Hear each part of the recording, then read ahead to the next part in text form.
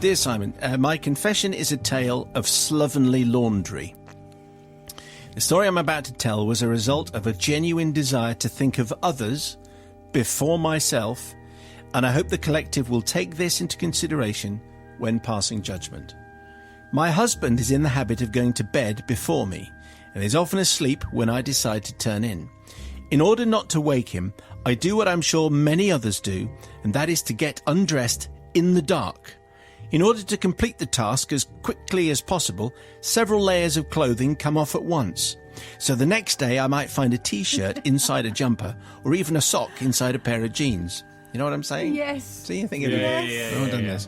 Indeed, I'm often guilty of putting the layers of clothing inside the washing machine and only noticing something inside when I feel a strange lump in a trouser leg or arm of a shirt. I think everyone has done this. This bad habit was highlighted one Saturday many years ago when I was teaching languages in a large comprehensive school. You may ask, why a Saturday? Teachers don't work Saturdays. Well, not most of them. Well, this one has been known to do so, especially when I was still young and very keen. Together with the rest of the languages department, I volunteered to give up my Saturday to go to a conference. Let's hear it for the teachers. It was to take place in Galston near Great Yarmouth. On arriving at the venue for the conference, we were all excited at the prospect of discussing ways of rising to the challenge of teaching French in Norfolk. Apologies to the people of Norfolk. As befits most meetings, we were invited to chat to the other delegates over a cup of tea or coffee and a plate of digestive biscuits. Chairs were arranged in a ring, with the tea urn, jugs and cups at one end and a large space in the middle, a bit like circle time in primary schools. I walked over and I helped myself to coffee before returning to my seat and was just indulging in some idle chatter with my neighbour when out of the corner of my eye I noticed some bright-coloured material on the floor next to the tea urn. Oh no. I recognised the material at once. It was turquoise blue with black spots on and lace around the edges. This is where Matt says hello. The item in question was a pair of my knickers, and if I may say so, one of my favourite pairs. Not too big and quite sexy. Okay. How had they landed near the tea urn? I'd have had to be Houdini to remove them, as I was wearing rather tight jeans at the time. Not only that, I was aware that I already had a pair of pants on. It soon dawned on me that this must be the result of my terrible habit of undressing in a hurry and in the dark. The knickers must have got stuck up the leg of my jeans, only to be released during the trip to the tea urn. Wow. It also occurred to me that it was a waste of some good underwear, which my husband had not seen as he was asleep at the time. No one else... Yeah, okay. No, we all got that now. Yeah. No one else seemed to have noticed the offending item as they were so involved in getting to grips with Norfolk French.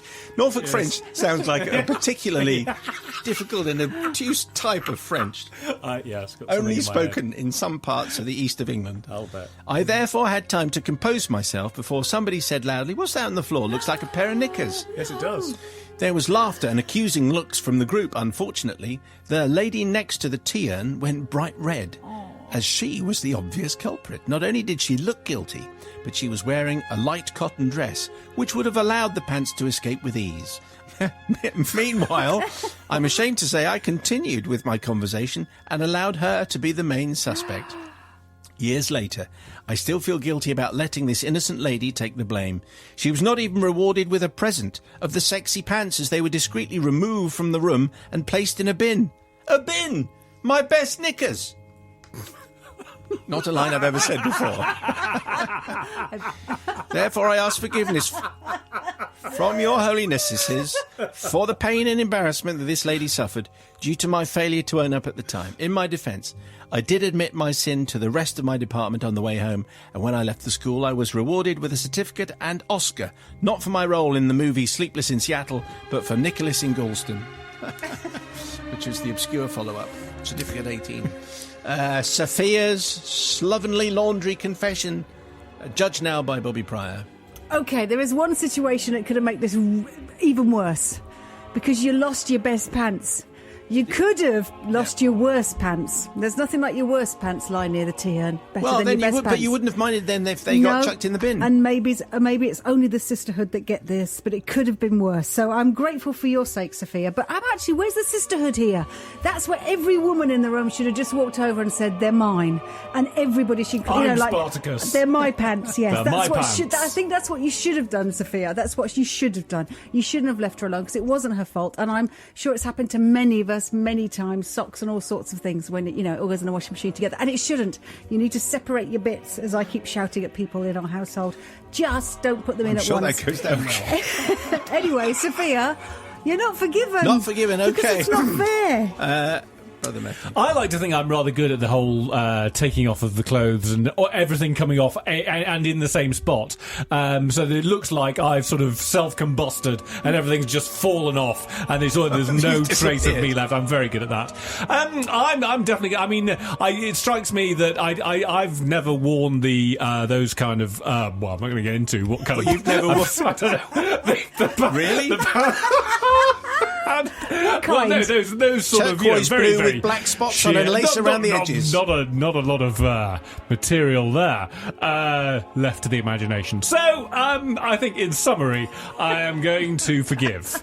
Because well, I mean, we would all have done the same thing. I think that's probably right. I suppose some people might have said, "Oh, they're mine." Yes, no, some people would have done, and good for them, but not me, or indeed any of the rest of